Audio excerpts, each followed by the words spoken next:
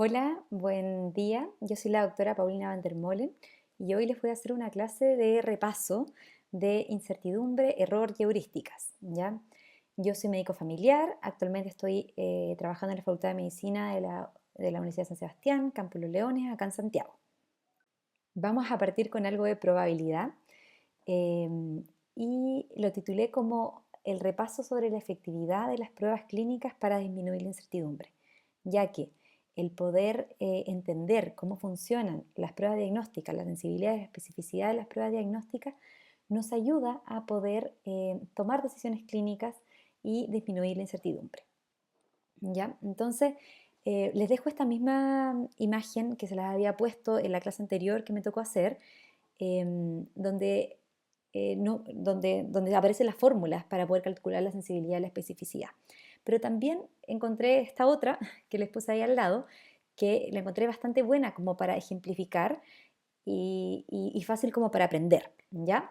Entonces, primero como definición de sensibilidad, que una prueba sea bastante sensible nos ayuda a identificar a los sujetos enfermos y las pruebas específicas nos ayudan a identificar a los sujetos sin enfermedad. ¿Ya? ¿Y cómo se calculan? Se calculan con esta tablita, en este caso hacia abajo, por eso están las líneas hacia abajo. ¿Ya?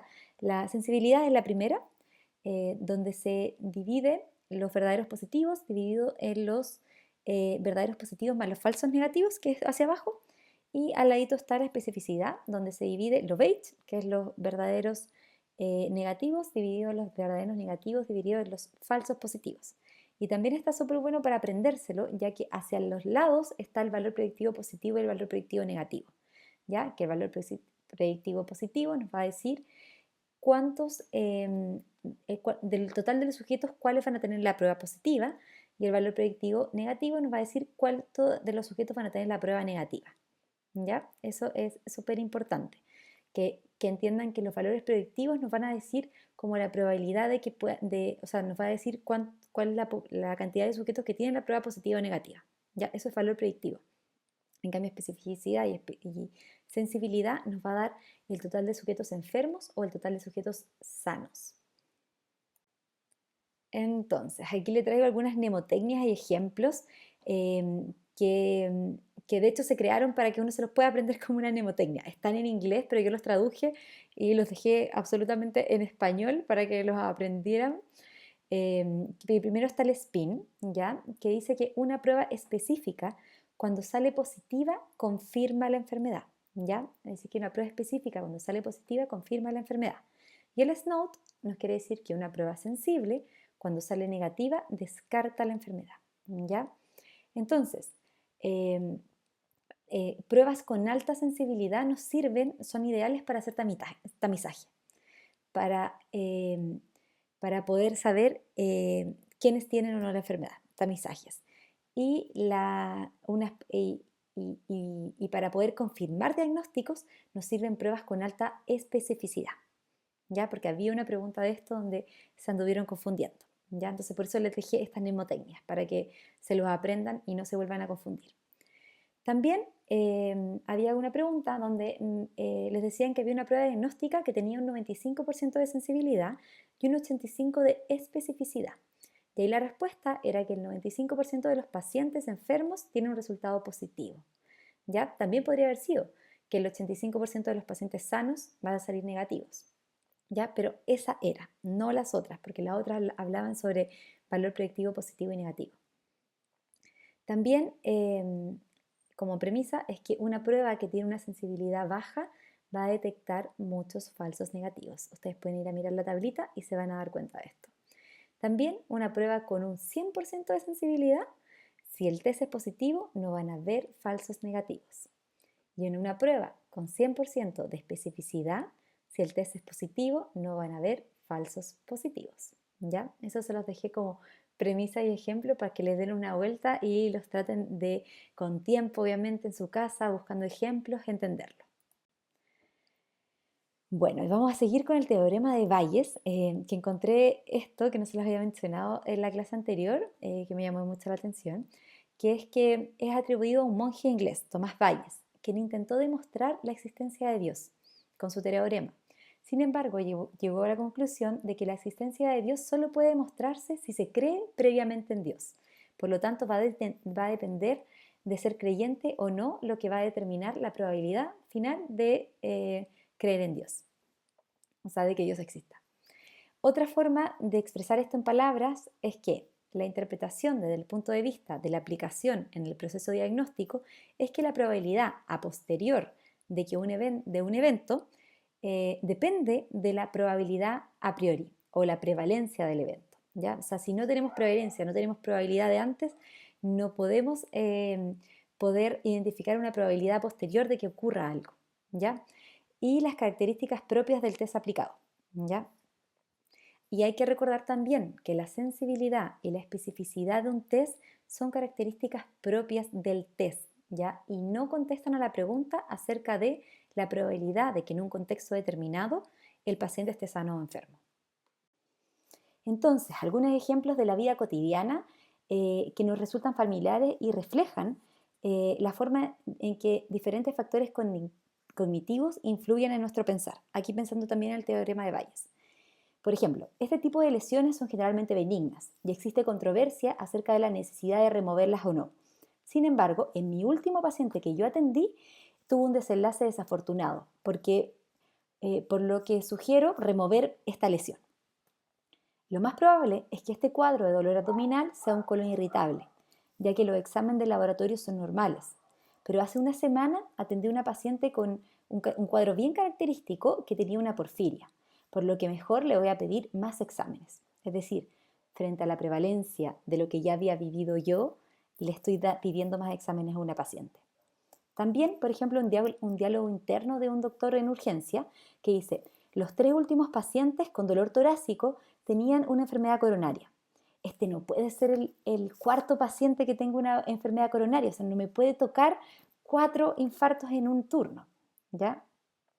También, por ejemplo, el residente de un piso le explica al médico jefe que cuando ingresó a la urgencia había un paciente que le habían dicho que tenía neumonía, y en realidad no se cuestionó la probabilidad de que fuera una embolia pulmonar, ya que tenía una imagen en la radiografía, fiebre y una proteína C reactiva, ¿ya? Pero no se cuestionó que pudiera ser otra cosa. Entonces, estos ejemplos que acabo de seguir son cosas que nos pasan en la práctica clínica, ya que es una forma en la cual nosotros pensamos cuando nos hemos enfrentado a un cierto paciente. Entonces, para la toma de decisiones, usamos generalmente un pensamiento dual, que involucra el sistema 1 y el sistema 2 que hemos estado viendo. De esta forma, para poder hacer un diagnóstico, relacionamos estos dos sistemas que ponen en juego el conocimiento, las emociones, el medio ambiente y también puede ser la urgencia del diagnóstico o otras características. La educación médica, el conocimiento, la experiencia hacen que más y más elementos clínicos y signos y síntomas y también exámenes puedan ser interpretados de un sistema 2 a un sistema 1, es decir, como más rápido, ¿ya? Como todas estas cosas que vamos aprendiendo. Y esto va a mejorar la eficiencia del proceso. Así también la capacidad que tenemos a medida que vamos avanzando en nuestra práctica médica de trabajar la metacognición nos va a servir para mejorar la práctica clínica. Y también en el sistema de pensamiento tipo 1, que es el más rápido, vamos a usar heurísticas, que son atajos de pensamiento, que nos van a hacer tomar decisiones más rápidas o más eficientes.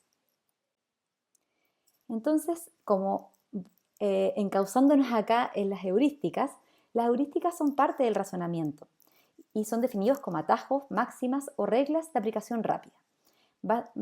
Son basadas en el pensamiento tipo 1 y generalmente son útiles ya que permiten tomar decisiones sin gran esfuerzo, a alta velocidad. Pero sin embargo, también las heurísticas son una fuente frecuente de error. Se han descrito más de 30 heurísticas ya en la práctica médica. Nosotros vamos a ver solo algunas. Yo sé que la clase pasada les pasaron algunas. Ahora vamos a hacer como un resumen de cada una y quizás vamos a hablar de algunas técnicas para evitar algunas heurísticas o para usarlas pero evitarle error en las heurísticas. Y también acá hay una frase que dice que el campo de desarrollo del razonamiento médico es muy amplio, incluye áreas como el rol de las emociones y las heurísticas. Entonces, acá hay un gráfico donde nos dice que la experiencia el contexto y también las características inherentes al estudiante, nos va a producir un proceso de metacognición, ¿ya? La metacognición nos va a llevar a que usemos heurísticas, ¿ya? Y también al revés, uno puede usar una heurística y después pasarla por la metacognición, ¿ya? Entonces podría haber una fecha para los dos lados, ¿ya? Pero lo importante es que todo esto nos va a llevar a una toma de decisiones, ¿ya? Esta toma de decisiones puede provocar una solución del problema que ojalá sea eficiente, eficaz y pertinente, o nos puede llevar a un error, ¿ya? A un error en la toma de decisiones. Entonces, aquí un poco sobre las heurísticas. Traigo 9 heurísticas, ya que van a ser las que vamos a tratar de aprender y entender. La primera es de disponibilidad, ya que son las enfermedades que se nos vienen a la cabeza rápidamente. Puede ser por experiencias recientes y nos saltamos un poco la prevalencia de esas enfermedades, ya como que pensamos rápidamente, oh, tuve un paciente hace poco con esto, entonces podríamos saltarnos eso y pedir más exámenes de lo debido, ¿ya? También eso era una heurística. Hay otra heurística de anclaje y ajuste, que es una característica inicial que nos hace fijarnos en un diagnóstico. Es decir, nosotros vemos algún paciente que tiene algún tipo de característica y nos quedamos como pegados en esa, ¿ya? Entonces nos impide buscar otras características, sino como que anclamos la característica y nos quedamos ahí y empezamos a buscar diagnósticos asociados a esa característica, sin quizás darnos cuenta que había otra. También están las heurísticas de la falacia del jugador, ya que se refiere a la creencia de que si ha salido una serie consecutiva de eventos, por ejemplo, tirar la moneda al aire, siempre salga cara, que a la cuarta vez tenga más probabilidades de salir sello, ¿ya? Que fue como la que les dije delante, ¿ya? De la persona en el turno. También hay heurísticas de cierre prematuro, ¿ya? Esto es frecuente y se debe al hecho de conformarse con el primer hallazgo anormal y que vamos a atribuir la enfermedad del paciente a este fenómeno y no vamos a seguir buscando, ¿ya? Es como similar al anclaje, pero el anclaje se refiere más como a un solo síntoma. Esta puede ser con que nos conformamos con el primer hallazgo o con la primera mezcla de hallazgo y a pesar de que después aparecen otras cosas, no hacemos metacognición y no cambiamos el diagnóstico. Entonces cerramos prematuramente. También hay una de costo excesivo, que es entre más recursos económicos se usen para poder diagnosticar una enfermedad, más nos va a costar poder descartarla. También está la obediencia ciega, es que significa seguir sin discutir lo que una autoridad o tecnología sugiere. Con tecnología no se refiere a preguntarle a ChatGPT, se refiere a algún examen. Es decir, que algún examen, no sé, un informe de algo nos diga que tal cosa es así, o no sé, el resultado de un examen es eso, sin dudar el resultado del examen, o sin considerar los valores predictivos positivos y negativos de un examen, sino que obedecer, ¿ya? O también obedecer, no sé, a un clínico que nos diga algo. También están las heurísticas de agregación. Se refiere a creer que los datos obtenidos en promedios grupales son aplicables a personas individuales. Y eso no siempre es así. También están las heurísticas de momentum diagnóstico, que es muy similar a la de costo efectivo, ¿ya? Que entre más tiempo hemos invertido en un diagnóstico, más difícil es considerar otros diagnósticos. Y finalmente está la heurística de representatividad. En lugar de analizar toda la información, clasificamos objetos y situaciones según su parecido con patrones, ¿ya? Que ya conocemos. Entonces, eso puede hacer que dejemos de lado algunas otras características, ¿ya? Entonces, Gerd Girensen, que es un psicólogo, señala que muchos médicos, en su afán de protegerse contra una demanda, solicitan exámenes excesivos que resultan innecesarios. Por ello, propone emplear un primer filtro antes de que el médico tome una decisión, haciéndose las siguientes preguntas. ¿Qué recomienda hacer? Si fuera su madre o su hermano, ¿qué haría? ¿Cuáles son las alternativas y cuál es el beneficio si algo daña o no? ¿Ya? Entonces, como resumen, las heurísticas se presentan como pensamientos automáticos, son los diálogos internos, pensamientos o imágenes que surgen ante una situación determinada. Se fortalecen con la experiencia y repercuten en una mejor toma de decisiones y dan una solución a los problemas, lo que contribuye a lograr un mejor desempeño profesional. ¿Y cómo podríamos disminuir los errores en las heurísticas? Por ejemplo, en la heurística de disponibilidad, revisar las estadísticas y considerar lo más común primero. Y aquí se relaciona con la tarea que tienen de los dichos y refranes. Si escuchas galopar, lo más probable es que sean caballos y no cebras. Respecto a la heurística de anclaje y ajuste, reconsiderar el diagnóstico a la luz de nuevos datos y segundas opiniones. Y sirve como máxima considerar si el paciente tuviera un desenlace inapropiado. ¿Por qué sería? ¿Qué podría ser? El de obediencia ciega, reconsiderar la opinión de la autoridad, sea este un colega, un profesor, eh, o piense la probabilidad de que el resultado del examen no sea el correcto. ¿Ya?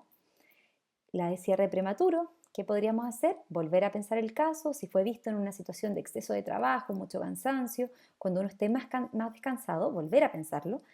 Y una máxima que también nos ayuda es qué diagnóstico no quisiera dejar de hacer.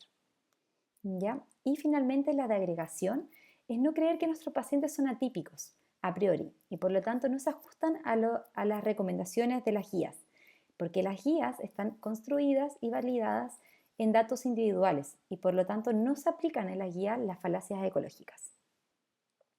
Entonces, más ejemplos de heurísticas, ya para que ustedes después se puedan ir dando cuenta por qué están pensando de esa manera, así como cómo se llama esta forma de pensamiento que estoy teniendo en este momento. ¿Ya? La heurística como de representabilidad, un ejemplo, representatividad, un ejemplo es porque un paciente con obesidad y diabetes, nosotros pensar que también tiene hipertensión, porque es algo muy frecuente. De la heurística de disponibilidad, durante la epidemia de influenza, muchos cuadros de las vías respiratorias o infecciosas fueron el principal diagnóstico a descartar, aunque la prevalencia en realidad era muy baja. De anclaje, la presencia de anedonia es un síntoma característico de la depresión, lo que hace que los médicos que se anclan a este síntoma para buscar más síntomas de depresión, cuando alguien te dice que tiene anedonia. De agregación es pensar que los pacientes mayores de 70 siempre van a tener deterioro cognitivo y por ende hay que tratarlos. En las heurísticas de efecto generativo, un psiquiatra experto hace un diagnóstico de un trastorno de personalidad y lo explica a partir de un problema de vinculación en la infancia. Una heurística de desequilibrio cognitivo ante un paciente que no responde al tratamiento estándar para una infección de las vías respiratorias superiores y el médico tiene conocimiento sobre un brote de influenza, plantea como una probabilidad es que este paciente tenga influenza a pesar de que no sea lo típico de la influenza. Ya, finalmente pasando al error médico, les quise traer una tabla comparativa. Yo sé que la semana pasada igual ya lo vieron y hicieron un taller, como un taller en clase respecto a los tipos de errores médicos, pero encontré que era importante definir la diferencia entre error médico, negligencia médica y mala praxis médica, especialmente acá en Chile, ¿ya? Y las implicancias que esto puede traer. Primero, el error médico no necesariamente tiene la culpa, ¿ya? O sea, no necesariamente hay una culpa del profesional. Es como lo primero que puede ocurrir, ¿ya? No hay una voluntariedad o conciencia de haber cometido ese error. Y generalmente el error no tiene daño legal ni sanción, ¿ya? Cuando se sanciona, por lo menos acá en Chile, nosotros llamamos negligencia médica, ¿ya? Y ahí sí se hace una investigación y se estima de que sí hay una culpa, ya que puede ser por omisión o por descuido. Y respecto a la voluntariedad, no necesariamente es voluntariable. O sea, uno puede tener una culpa por omisión, que uno no quería hacerle daño al paciente, pero porque omitió algo, sí ocurrió un daño, ¿ya? Y la responsabilidad legal puede haber, ¿ya? O sea, no necesariamente, pero podría haber. Y finalmente la mala praxis, que es cuando ya se hace una investigación y generalmente son casos mucho más graves, ¿ya? Donde ahí sí hay culpa y hay una conducta reprochable clara. ¿ya? Donde se investiga obviamente y hay una decisión consciente o una omisión grave, ya de hacer daño a un paciente. Y las sanciones son fuertes, incluso la suspensión de poder ejercer como médicos. ¿Ya? Entonces, esa es la diferencia entre todas ellas. O sea, el error es como lo más básico. Pueden haber muchos errores que no tienen implicancias o también que no producen daño al paciente. Después la negligencia, donde sí nos damos cuenta que hay una culpa, aunque no sea voluntaria, y esto puede tener una responsabilidad penal. Y la mala praxis, que es cuando ya se investiga y se determina que ahí hubo un dolo. Como conclusiones, el diagnóstico médico es crucial en la gran mayoría de las situaciones médicas y determina la sobrevida de un enfermo. Poder reconocer algunos de los problemas habituales nos puede ayudar a disminuir errores y mejorar la seguridad de los pacientes. La toma de conciencia de las variables que conjugan para poder tener una decisión clínica, dejando de lado solamente lo cognitivo, sino entender que también afectan otras cosas psicológicas, puede mejorar nuestra capacidad de diagnóstico y hacer nuestra práctica más segura. Familiarizarse desde el periodo de formación con técnicas y estrategias para confrontar un problema clínico que involucra la toma de decisiones para realizar un diagnóstico diferencial y llegar a un diagnóstico final es decisivo para el ejercicio de la profesión médica. Así que ahí les dejo la bibliografía y muchas gracias por la atención.